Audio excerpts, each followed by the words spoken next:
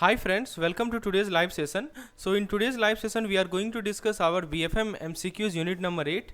The topic name is role of Exim Bank RBI exchange control in India. So these are the topic we are going to discuss today. So on daily basis we are conducting MCQs based on one unit at 9 pm. So hopefully you have seen all our earlier videos. We have already completed ABFM MCQ series and now we are just doing our BFM series. So before beginning this particular lecture, let me introduce you to our special offer for today. So today we are offering 50% off. So this is the one time offer and this offer will end till midnight. So avail this offer. Today we are offering, आज दोस्तों आपके लिए एक विशेष offer है, 50% का discount आपको मिल रहा है हमारे सभी JIB और CIB के कोर्सेज के लिए. आपको ये कूपन कोड को अप्लाई करना है. ये कूपन कोड ऑटोमेटिकली अप्लाई होगा यदि आप किसी कोर्स को परचेज करते हैं and this is a limited time offer. So दोस्तों आप अपने लर्निंग जर्नी को dynamic captivating videos insightful mock test और कंसाइज नोट के साथ दोस्तों प्रोपेल करें. So to how to where to install where to avail this discount, you just have to install the app. और दोस्तों ऐप का जो लिंक है that have been provided in the description. So this is the link of the app. The same link has been provided in the description section. आप description section check कीजिए, same link provided है. आप इसे install करके course में enrol हो सकते हैं. चलिए दोस्तों शुरुआत करते हैं आज के पहले क्वेश्चन के साथ. पहला क्वेश्चन में आपसे पूछा जा रहा है एनटीपी क्या होता है? Normal transit period. तो नॉर्मल ट्रांजिट पीरियड का मतलब क्या होता है? ऑप्शन ए कह रहा है कि जो पीरियड लगता है गुड्स को अपने डेस्टिनेशन तक पहुंचने में. ऑप्शन बी कह रहा है कि शिपमेंट से अनलोडिंग तक का जो पीरियड रहता है plus the transit in the sea. Option C कर रहा है 25 day period from date of purchase और discount of bill to the date of credit of proceed of nostro account of the bank. Last option normal transit period comprises of the average period normally involve from the date of negotiation purchase discount till the receipt of the bill abroad. दोस्तों बताइए NTP का सही full form क्या है? What is the correct full form of NT what is the correct meaning of NTP? सही जवाब है दोस्तों इसको ऑप्शन नंबर डी. मैं समझाता हूँ. एनटीपी दोस्तों क्या होता है? एक एवरेज पीरियड होता है. यह है ये दोस्तों, ये एक एवरेज पीरियड है. राइट, एवरेज पीरियड जिसमें दोस्तों आप नेगोशिएट करते हैं, in which you do negotiation, you purchase, you discount. Right, जब तक बिल का रिसीट प्रोसीड ना हो जाए. और दोस्तों इसे कंफ्यूज नहीं करना है कितना टाइम समय लगता है गुड्स एट द डेस्टिनेशन, ये गलत है. राइट, तो एनटीपी के थ्रू आप क्या करते हैं? एनटीपी का यूज क्या करते हैं? तो एनटीपी का यूज करते हैं आप इंटरेस्ट निकालने में. To calculate the interest you use the NTP. Right, interest कौन से किस पे इंटरेस्ट? एक्सपोर्ट बिल पे interest. Interest on export bill. Example लेके समझते हैं दोस्तों. जैसे मान लीजिए कोई बिल है. Right, suppose there is a bill और उसको ड्रॉ किया गया 60 डेज के लिए. That has been drawn from 60 days. तो इंटरेस्ट कैसे निकालेंगे? तो इंटरेस्ट निकालने के लिए आपको क्या करना पड़ेगा? ये 60 में से इंटरेस्ट निकालने का पीरियड देखना है तो 60 में से 25 ऐड कर लीजिए तो 85 डेज हो. तो ये इंपॉर्टेंट है नोट करना कि एनटीपी जो अलग अलग कंट्री दूसरे कंट्री में वेरी करता है. तो एनटीपी को कैसे आप इंटरेस्ट ऑन एक्सपोर्ट बिल निकाल सकते हैं उसका मैंने आपको तरीका बताया है. So suppose the bill amount is $1,00,000 and usance period is 60 days. Normal transit period is 25 days. So in that case the interest is relatively 5%. ठीक है, तो इंटरेस्ट निकाल सकते हैं आप. तो friends this is all about normal transit period. Now let's see the next question. अगले question में पूछा जा रहा है कि जो फोर्टनाइटली डेटा होता है फॉरेक्स ऑपरेशन का, ये आरबीआई को कौन से फॉर्म के माध्यम से सबमिट किया जाता है? ऑप्शन ए है आर रिटर्न, ऑप्शन बी है बैल स्टेटमेंट, ऑप्शन सी है स्टैट 5, ऑप्शन डी है स्टैट 8. दोस्तों देखिए आर रिटर्न एक फोर्टनाइटली स्टेटमेंट है जो कि सही जवाब है इसका आर रिटर्न. ठीक है, तो ये आर रिटर्न एक फोर्टनाइटली स्टेटमेंट है जो कि ऑथराइज डीलर सबमिट करते हैं रिजर्व बैंक ऑफ इंडिया को. रिपोर्ट करते हैं उस दिन का फॉरेन एक्सचेंज ट्रांजेक्शन. तो दोस्तों आर रिटर्न के अंदर डेटा होता है. किन किन चीज़ों का डेटा होता है मैं आपको बताता हूँ. सबसे पहले डेटा होता है foreign currency asset and foreign currency liabilities. दूसरा डेटा होता है दोस्तों foreign exchange transaction.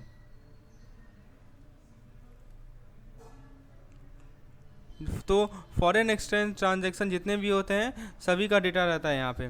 The third point is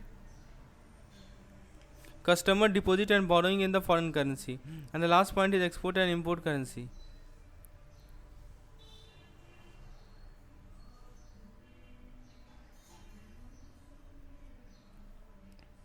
so friends, R return RBI use करती है ताकि फॉरेन एक्सचेंज मार्केट को मॉनिटर कर सके और फॉरेन एक्सचेंज पॉलिसी को फॉर्मुलेट कर सके। अब बाकी जरा ऑप्शंस को देख लेते हैं। Let's see the other option. So this is the way we should study.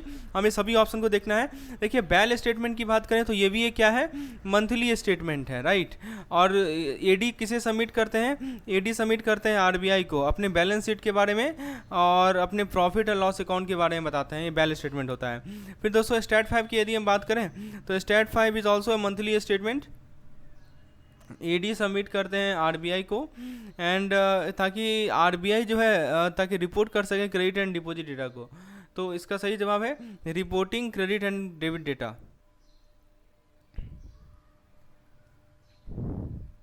And the last point is stat 8। Stat 8 क्या है, ये भी एक मंथली स्टेटमेंट है जो कि एडी सबमिट करते हैं आरबीआई को, जिसमें रिपोर्ट किया जाता है उनके trade related foreign exchange forex transaction. तो दोस्तों याद रखिएगा, बैलेंस स्टेटमेंट के माध्यम से हमारा जो बैलेंस शीट है, प्रॉफिट एंड लॉस अकाउंट है, उसके बारे में जो जानकारी मिलती है। स्टैट 5 के माध्यम से आरबीआई को सबमिट किया जाता है इनका reporting date, reporting there credit and the final the stat 8 के माध्यम से trade related foreign exchange transaction को आरबीआई को रिपोर्ट किया जाता है। So this thing are very important.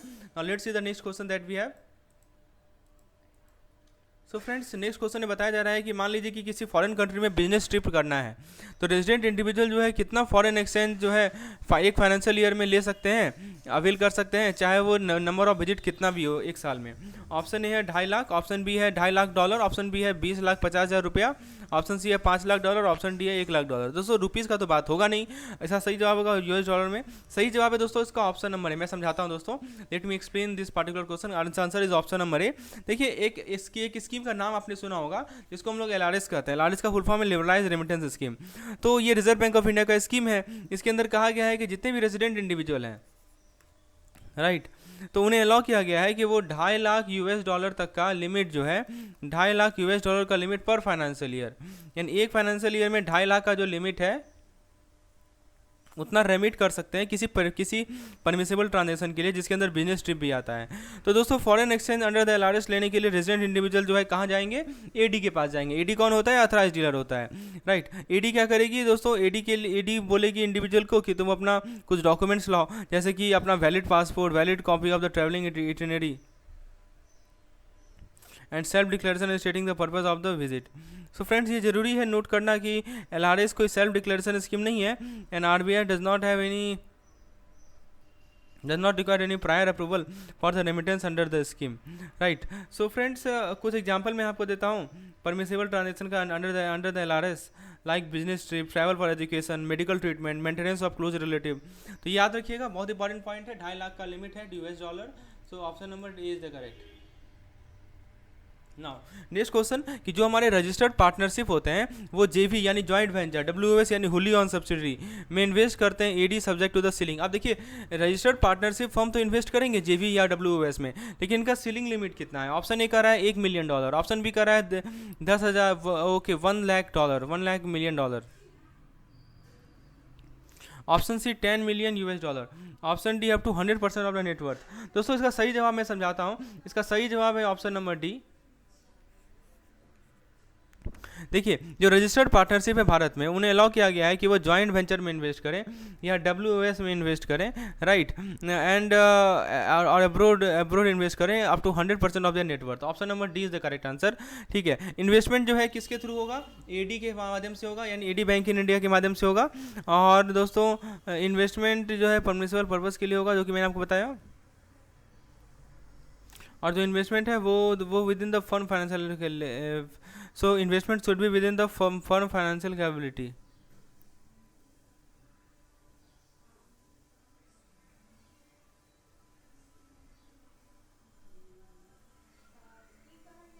And the final, firm के पास वैलिड पासपोर्ट और वीज़ा होना चाहिए कंट्री के लिए जहाँ पे इन्वेस्टमेंट किया जा रहा है। तो जेबी या डब्ल्यूएस में इन्वेस्टमेंट के लिए दोस्तों जो रजिस्टर्ड पार्टनरशिप है वो एक एप्लीकेशन, सबसे पहले क्या करेंगे, ये एप्लीकेशन सबमिट करेंगे। किनके पास एप्लीकेशन सबमिट करेंगे, एडी बैंक के पास, ठीक है। और दोस्तों एप्लीकेशन के अंदर कुछ डॉक्यूमेंट्स होंगे कि फर्म का पार्टनरशिप डीड, फर्म का latest audited financial statement, business plan क्या है जेवीएस का। तो जैसे एडी बैंक ने अप्रूव कर दिया एप्लीकेशन को, फर्म जो है इन्वेस्टमेंट अमाउंट को रेमिट कर सकते हैं बैंक के माध्यम से चलिए आगे देखते हैं दोस्तों next. So suppose on July 28 a 1 month forward contract is traded, the settlement date will be। दोस्तों इसका सही जवाब हम लोग देखते हैं, पहले समझते हैं। दोस्तों सेटलमेंट डेट किसी फॉरवर्ड कॉन्ट्रैक्ट का वो डेट होता है जिस पे दोनों पार्टी जो है एक्सचेंज को कॉन्ट्रैक्ट को एक्सचेंज करते हैं किसी अंडरलाइंग एसेट को और at an agreed upon price, ठीक है। तो दोस्तों फॉरवर्ड कॉन्ट्रैक्ट एक टिपिकली सेटल किया जाता है first business day after the expiration date of the contract. तो जो हमारा फर्स्ट बिजनेस डे होता है, ठीक है, उसमें जो हमारा फर्स्ट बिजनेस डे होता है दोस्तों, उस पार्टिकुलर तो यहाँ पे देखिए, ठीक है, forward contract typically settled on the first business day after the expiration date of the contract. So in this case forward contract कब एक्सपायर हो रहा है, तो फॉरवर्ड कॉन्ट्रैक्ट जुलाई 18 को है तो 1 मंथ फॉरवर्ड तो 28 अगस्त को एक्सपायर होगा, राइट। तो ये 1 मंथ कॉन्ट्रैक्ट ट्रेड किया गया था जुलाई 28 को, लेकिन दोस्तों अगस्त 30 और 31 हॉलीडे है। सो अगस्त तो आफ्टर 28 अगस्त क्या आता है 29 एंड 30, राइट। सो ये देखिए 30 और 31, तो ये 30-31 आर हॉलीडे, राइट। तो इसीलिए जो नेक्स्ट सेटलमेंट डेट होगा वो कौन सा होगा, अगस्त 29 होगा, राइट। तो option number B is correct.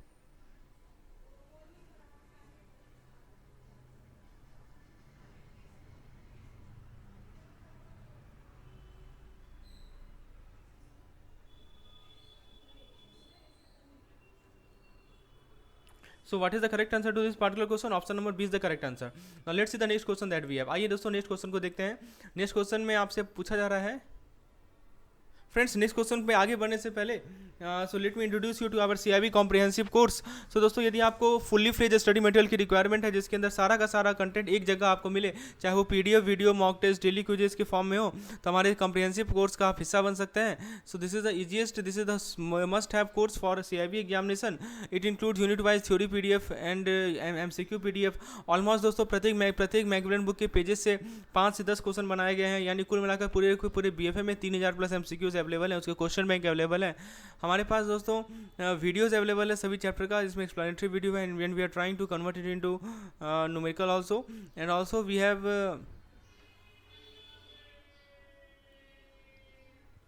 So now let's see the next question. The next question is the traveler should surrender unspent foreign exchange within dash day from the date of the मतलब जिस दिन वो आया वो अपनी country में, right, उसे कितने दिनों के अंदर जो है जो अनस्पेंड फॉरेन एक्सचेंज है उसे सरेंडर करना होगा।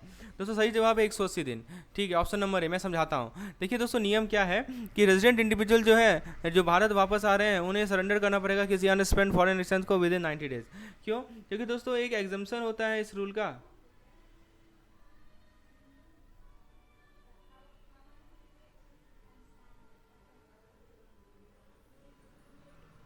सो फ्रेंड्स रेजिडेंट इंडिविजुअल जो भारत वापस आ रहे हैं वो उन्हें सरेंडर करना पड़ेगा कोई भी अनस्पेंड फॉरेन एक्सचेंज 180 दिन के अंतर्गत। और दोस्तों इस रूल का एग्जाम्पशन है, यदि मान लीजिए कि $, 2000 तक का है, ठीक है, तो उस केस में दोस्तों रिटेन कर सकते हैं फ्यूचर यूज के लिए या originated up to domestic resident account, ठीक है। दोस्तों अनस्पेंड फॉरेन एक्सचेंज को सबमिट करने के लिए आपको AD के पास जाना पड़ेगा, और AD बैंक जो है AD bank will require the individual to provide certain documents valid investor part 1। तो दोस्तों कुछ रीजंस है कि RBI को रेजिडेंट इंडिविजुअल को सरेंडर करना पड़ता है अनस्पेंड फॉरेन। पहला है कि होर्डिंग को प्रिवेंट कर सकें, दूसरा है कि इंश्योर कर सकें कि फॉरेन करेंसी को लेजिटिमेट पर्पज से यूज किया जा रहा है, और तीसरा है दोस्तों कि मेंटेन करना stability of the Indian system. Now let's see the next question.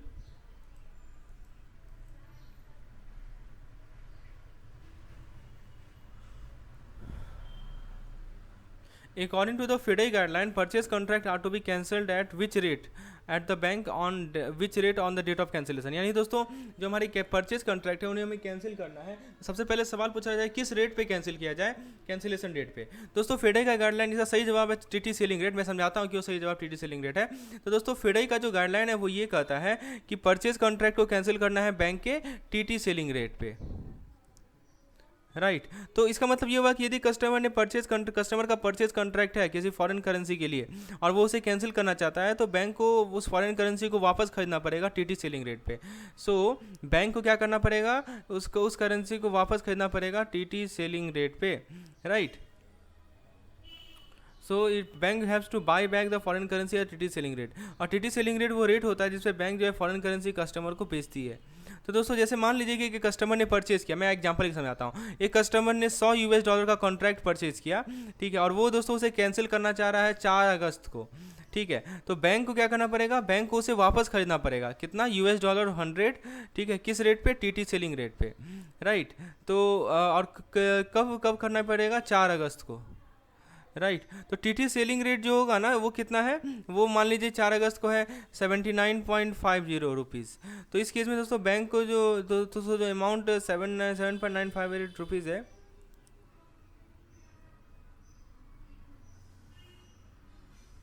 So please remember this point, very important, okay. तो दोस्तों क्यों कस्टमर कैंसिल करना चाहता है परचेज कॉन्ट्रैक्ट को, ये भी जान लीजिए। कस्टमर ने मान लीजिए कि अपना माइंड बदल लिया किसी फॉरेन करेंसी को खरीदने का, कस्टमर ने देखा कि बेटर एक्सचेंज रेट है दूसरे दूसरे ट्रेन से, so all this factors are responsible.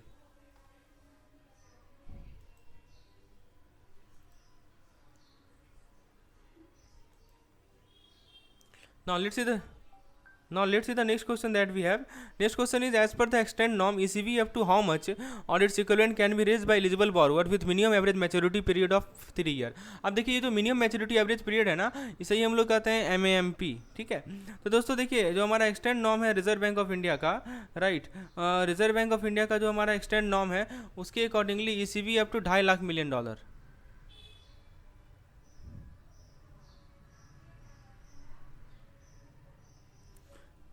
So as per the extent norm of the Reserve Bank of India, eligible borrower can raise ECB up to $50 million। तो याद रखिएगा कितना क्या लिमिट है, जो एलिजिबल बोरो है, जो भी हमारे एलिजिबल बोरोवर है वो कितना USD रेज कर सकते हैं, $50 मिलियन, ठीक है, USD 50 मिलियन और its equivalent with minimum maturity period of 3 year. तो दोस्तों एलिजिबल बोरोवर के अंदर इंडियंस आते हैं, इंडियन कंपनीज आती है, इंडिविजुअल आते हैं, ये कुछ क्राइटेरिया को मीट करते हैं। ECB को वैरायटी ऑफ वर्स के लिए रेज किया जा सकता है। अब दोस्तों कुछ बेनिफिट्स है ECB को रेज करने का। ECB जो कॉस्ट इफेक्टिव तरीका है फंड रेज करने का, ECB हेल्प करता है बोरोवर को कि वो अपने डाइवर्सिफाई कर ले अपने सेल्फ गवर्नमेंट फोर्स को। Now let's see the next question. इसका सही जवाब को समझ में आया, इसका सही जवाब है दोस्तों $150 मिलियन। फेडाई के अनुसार, फेडाई के रूल के अनुसार जैसे ही फॉरेन रेमिटेंस है कितने अमाउंट तक का, उसे इमीडिएटली इंडियन रुपीज़ में कन्वर्ट कर दिया जाएगा। ऑप्शन है $10,000, $25,000, $1,00,000 और लास्ट है $2.5 लाख। दोस्तों सही जवाब इसका $10,000। मैं समझाता हूँ क्यों $10,000 सही आंसर है। तो दोस्तों फेडाई का गाइडलाइन क्या कहती है कि जितने भी फॉरेन करेंसी है जिनका remittance up to US dollar 10,000 के आसपास है, तो उसे इमीडिएटली कन्वर्ट कर लेंगे इंडियन रुपीज़ में। इसका मतलब ये हुआ कि यदि कस्टमर मान लीजिए कि $10,000 10,000 US डॉलर या उससे कम जो है भारत में ऑथराइज,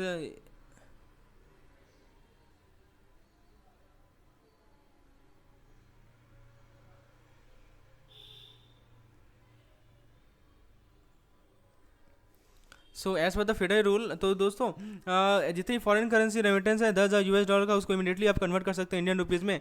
इसका मतलब मान लीजिए कस्टमर ने 10,000 US डॉलर को रेमिट किया या उससे कम रेमिट किया भारत में, तो ऑथराइज डीलर बैंक जो है कन्वर्ट कर लेंगे फॉरेन करेंसी को इंडियन रुपीज़ में बिना किसी डिले का। लेकिन दोस्तों इस रूल का एक एक्सेप्शन है रेजिडेंट इंडिविजुअल के लिए, जो कि रेमिट कर रहे हैं फॉरेन करेंसी भारत में अपने यूज़ के लिए। तो रेजिडेंट इंडिविजुअल को अलाउ किया गया है कि वो 2,000 US डॉलर तक रिटेन कर सकें फॉरेन करेंसी में फॉर फ्यूचर यूज और to credit of their resident foreign currency.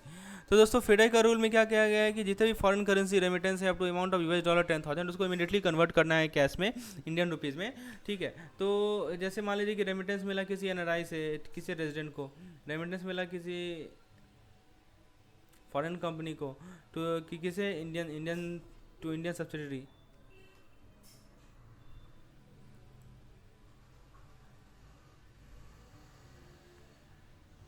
Now let's see the next question that we have. So the next question is okay, external commercial borrowing may include, ECB के अंदर क्या क्या आता है।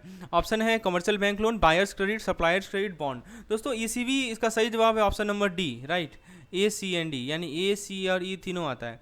दोस्तों देखिए external commercial borrowing एक loan या डेप्ट है जो कि भारतीय कंपनी या इंडिविजुअल जो है रेज करते हैं किसी फॉरेन लैंडर से। So ECB can be in the form of commercial bank and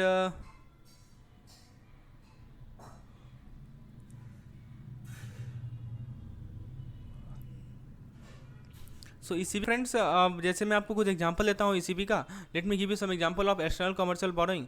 जैसे मान लीजिए कि एक लोन है किसी फॉरेन बैंक से। फॉरेन बैंक से क्या लिया हमने, लोन लिया, राइट, किसी इंडियन कंपनी को। ये है हमारा इंडियन कंपनी और इसने फॉरेन बैंक से लोन लिया, ठीक है, अपने कैपिटल को, एक्सपेंडिचर को फाइनेंस करने का। सो this is example of ECB. जैसे बायर्स क्रेडिट है किसी फॉरेन सप्लायर से इंडियन इंपोर्टर को, ताकि वो अपने इंपोर्ट को बढ़ा सके। So please remember this point, these are very important.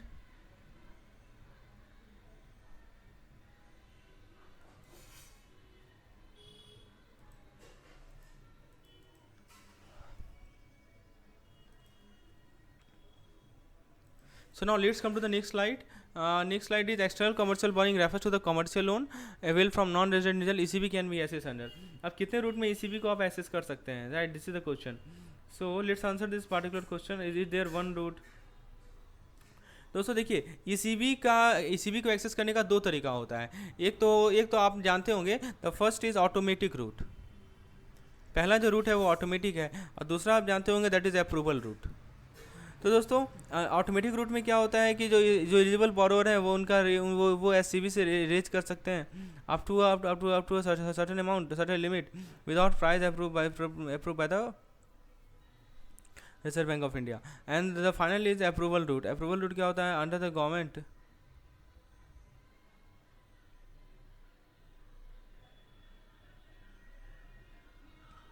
So this is that. एक ऑटोमेटिक हो गया, अप्रूवल हो गया.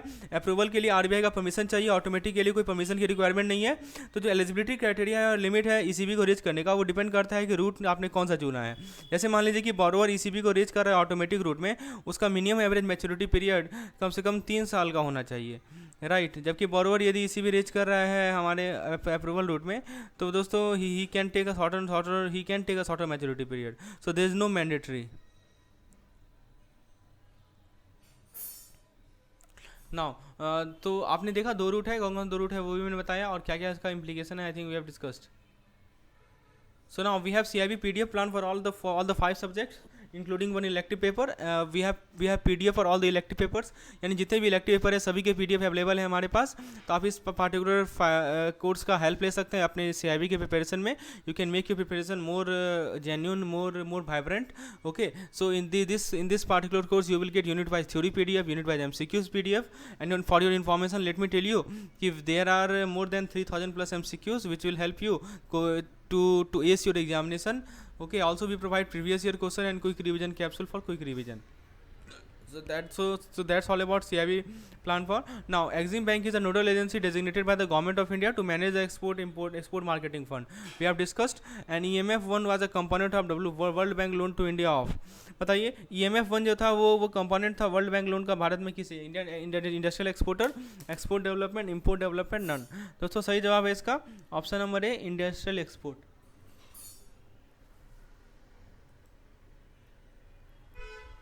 ADR को क्रिएट करने का एक तरीका है. ये एक अरेंजमेंट होता है जो कि कंपनी इनिशिएट नहीं करती, लेकिन सेटअप किया जाता है एक या एक से ज़्यादा यूएस ब्रोकर के द्वारा. जब ये ऑब्जर्व किया जाता है कि बहुत सारे अमेरिकन इन्वेस्टर जो हैं share of non US company में इंटरेस्टेड है. Limited ADR, unlimited ADR, sponsored ADR और एंड फाइनल और ब्लाइजवार ADR.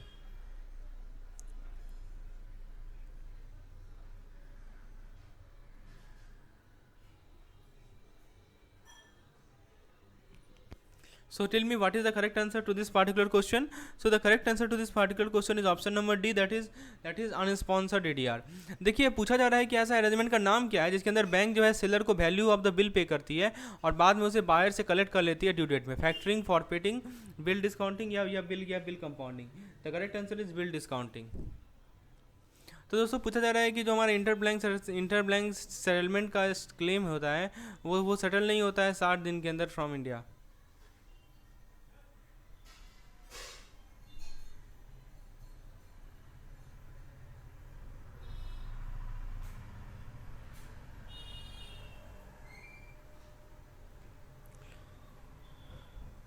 तो यदि कि कोई इंटर बैंक सेटलमेंट का क्लेम नहीं सेटल होता है 60 दिन के अंतर्गत, तो वो मैटर किसे रेफर किया जाएगा? आरबीआई को रेफर किया जाएगा, गवर्नमेंट ऑफ इंडिया रेफर किया जाएगा, बीआईएस रेफर किया जाएगा या फिडे को रेफर किया जाएगा? दोस्तों सही जवाब है इसका ऑप्शन नंबर डी, फिडे को रेफर किया जाएगा.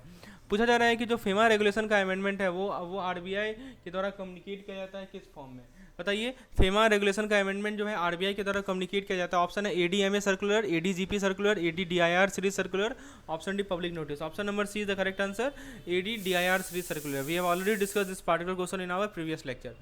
सो friends, we have CIB mock test for you. दोस्तों, यदि आप डेली क्विजेस देना चाहते हैं, चाहे आपका एवीएम हो, बीएफएम हो, एवीएफएम हो या बीआरबीएल हो या कोई इलेक्टिव पेपर हो, तो हमारे सीआईबी मॉक टेस्ट प्रोग्राम का आप हेल्प ले सकते हैं।